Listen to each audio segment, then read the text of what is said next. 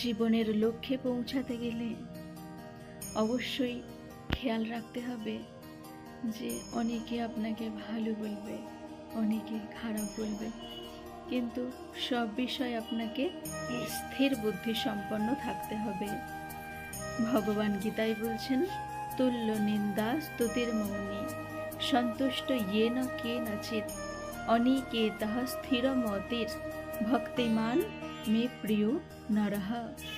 অর্থাৎ যে সমস্ত ব্যক্তিরা স্থির চিত্ত সম্পন্ন, যারা নিন্দা এবং স্তুতিতে সমান জ্ঞান করে থাকেন, যারা গৃহহীন, আসক্তি শূন্য, যারা একেবারে ভগবানের প্রতি যাদের মন প্রাণ, সেই রকম ভক্তরাই ভগবানের অতি প্রিয়, তারাই লক্ষ্যে পৌঁছাতে পারেন, মানে তাদের ভগবৎ প্রাপ্তি হয়।